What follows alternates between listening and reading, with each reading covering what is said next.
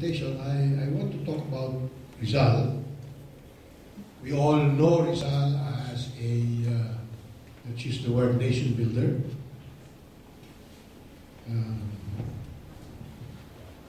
Raising questions about how does one understand the meaning of nation, provoking people to ask themselves, how do we understand ourselves as individuals in these communities, in political and economic settings? If we use current terminology, we would call him a politician, would we not? Okay? That is his public persona, that is how he is known in our world and in the bigger world. That is how he is known, admired, respected, revered, honored. And the question is, what's the business about his being a doctor?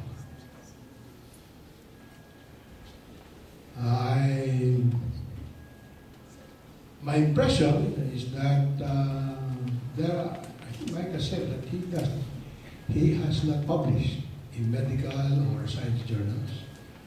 I am not aware of his writings in that field.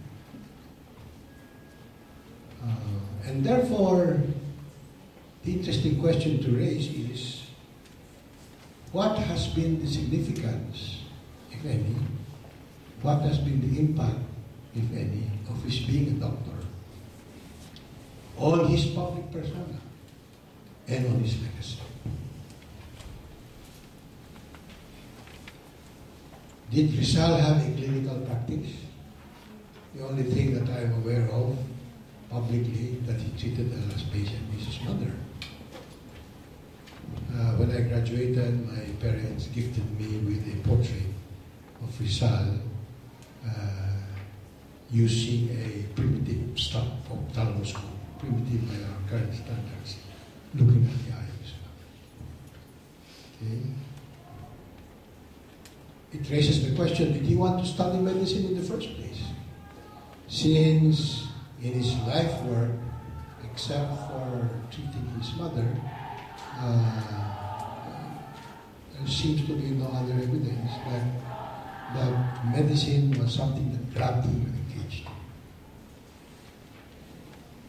him. With the help of Dr. Marife here, some research was done that reveals that yes, he did not do any writing, but he did publication, journals and so forth, but he did write.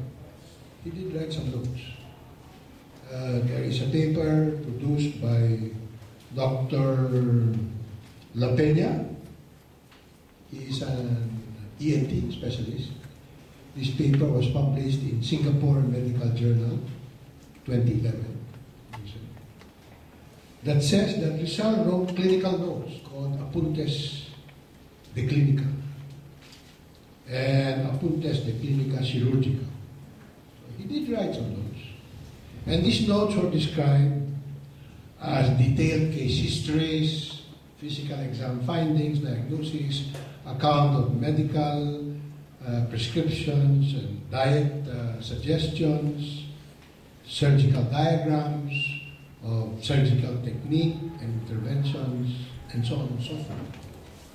He annotated lectures he had attended and opinions made by professors as well as his own observation.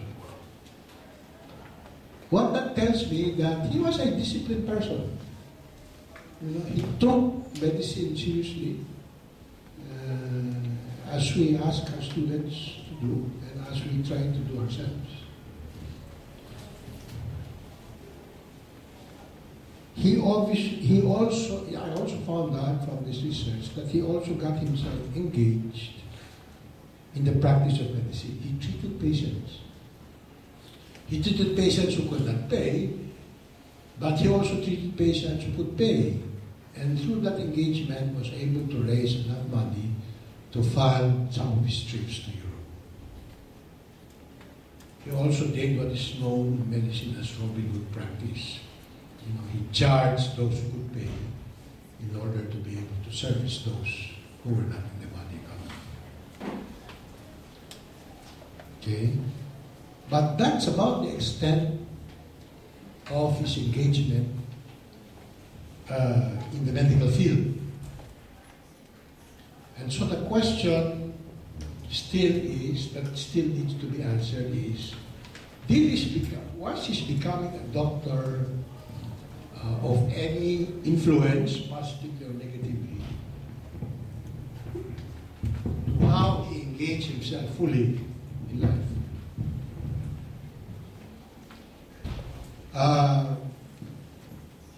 So I did not know, I kind of left to speculating. In the last week or so, I did some exercise with some of my colleagues in the medical city and some of my staff members. So I did ask this question. The question was Rizal being a doctor of any influence, positive or negative, to how we understand him as a public and to his legacy? And I said, I think so. It must have been positive. Because in the course of treating patients, those who could pay and those who could not pay, he got an understanding of the broader picture of society. Got an understanding of how health, certainly a fundamental human right, which defines life and its quality at both the level of individual and communities, was not always accessible to people. So it must have helped clarify and get himself committed to doing something about the society. Grace said, well, in his desire to expand his knowledge and skills as a doctor, he went to other land. Mike says that he did not actually finish what the equivalent of the full medical course here. He went to Madrid. And so he got exposed to other words, to other people, which in turn helped shape his reading and understanding of people and nations and communities and so on. But then he said, I don't think it helped him any. At the very least, it was just there, and maybe at worst, it may even have been an obstacle. And so I asked her, why do you think it may have been an obstacle? And Nelly said, let's find an answer to the question by looking at doctors in our current times, and whether being a doctor in our current times helps or hinders the doctor as an individual connected to the bigger world and to the concerns of the world other than that of health. Well, since that was the best that could be done, we entered then into the realm of speculation. Analysis, if you will, but still speculation. The first note that I would put on the table is to tell you that I guess in Rizal's time there was no such thing in the schools called political science. Wala namang political science course. Yet, you will say that he is very expert, very smart, very strategic. And if you raise them the question, where did you get all of that knowledge, all of those insights? I guess it was from all of the other courses that he took. Philosophy, theology, science, literature, and all of the other disciplines. think that that sends, for me, an important message, to me, an important message, and an important learning. That, in fact, the understanding of society comes from many starting points and many dimensions. And that, in fact, liberal arts as a course is a very smart preparation for enabling one to get an understanding of the dynamics and the interplay of people and organizations of communities. Second point I want to show is that even while Rizal was studying medicine, that was not the only thing that he was interested in studying. While he was doing all of his studies in UST, he was also studying for a degree in land surveyor and agricultural expertise from the Ateneo. And when he was at the Universidad Central de Madrid, where he completed his medical degree, he also completed a licentiate in philosophy and literature. While he was in the Pitan, treating patients, he also devoted his energies, while seeing patients in the clinic, to building a school for adults and young people, building a water system and teaching modern methods of agriculture. Rizal was never a unidimensional person. So, what is my learning from such observation? And how do I relate that learning to how doctors are developed and shaped and engaged in our current times?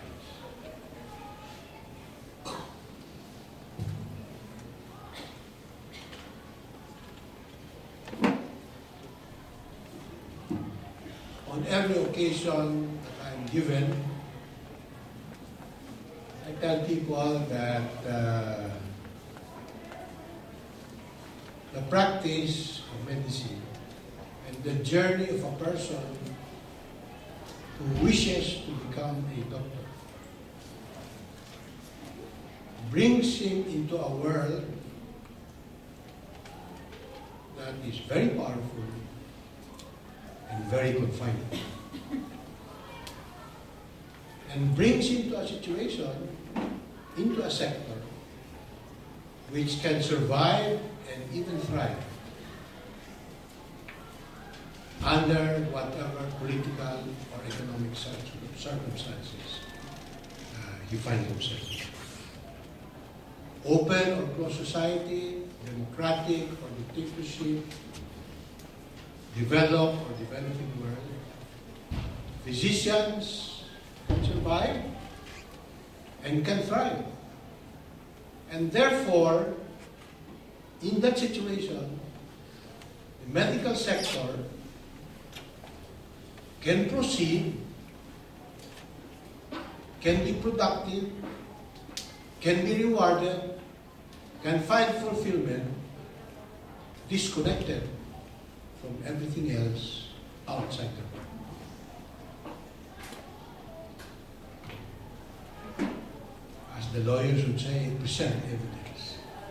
Let us just look at the martial law years. Except for somebody like Bobby de la Paz, I don't know of any other doctors during that period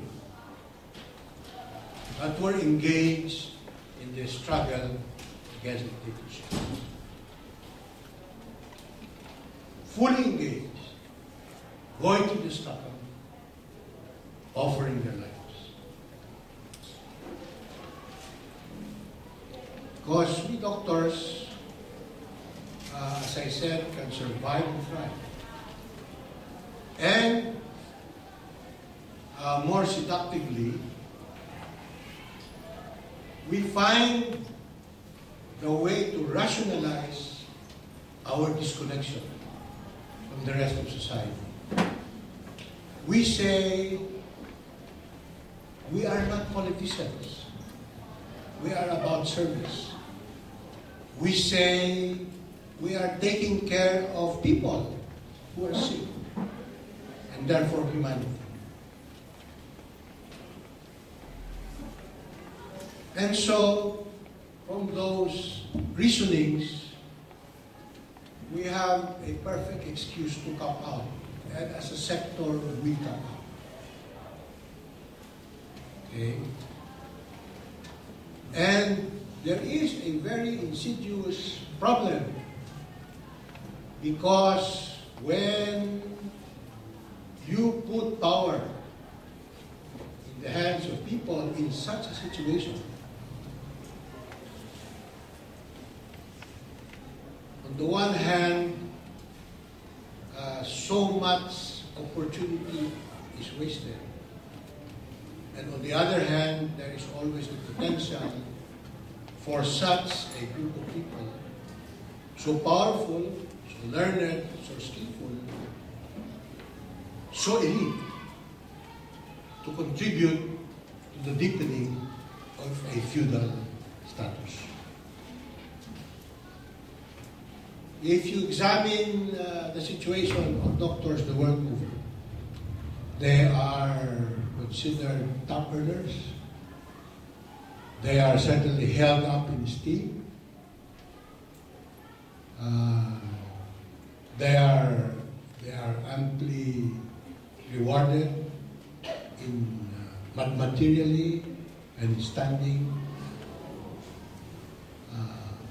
And from that vantage point, the medical sector's view of society and the people they serve is very lopsided. Doctors' way of looking at their patients is, I have spent much time, talent, and treasure to get to this position that I'm in. You just follow what I tell you and don't bother to ask me questions. This is not the case. I don't know if you have had experience of asking doctors questions and how they have responded to you. The doctors, of course, say to their patients, trust me, believe me, I'll take care of you. That's the polite way of saying things. But if you peel and go beneath the surface, exactly what they're saying, you just can't follow me and don't bother to ask me questions. And many of the ills of the medical system in the developed countries, which has fostered this movement called medical tourism. It's not a term that endears itself to me. Has been driven by patients who are dissatisfied because they have problems with access, they have problems with runaway cost, and they have problems with a relationship that has turned cold. The best proof of which is that in the most scientifically developed and arguably the richest country in the world, the United States, that is also the country that has the greatest number of suits against practitioners and against medical institutions, which tells you there is something that is wrong in that situation. Okay? Let's push the question further and ask ourselves, how has that happened? How has that come to pass? That doctors of our time, and our time can say so many decades back, are in that situation. I think that that is the result of, number one, narrowness.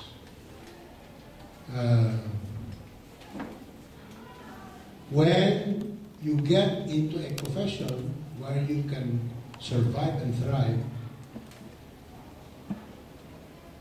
and understand that the term culture is what you find in the petri dish and nothing else.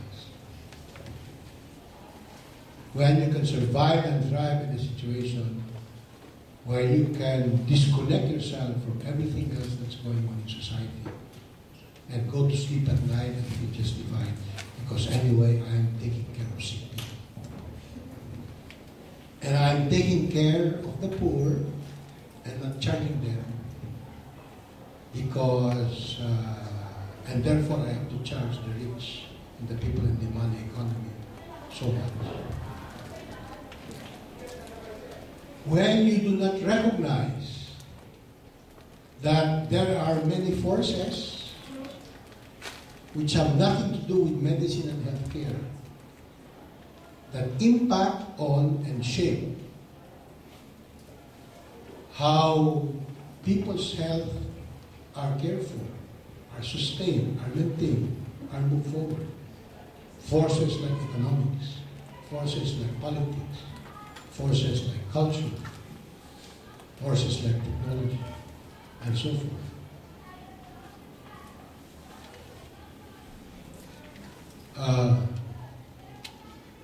That does harm to how you handle patients. That diminishes you as a practitioner. And that monsterizes the sector that you represent.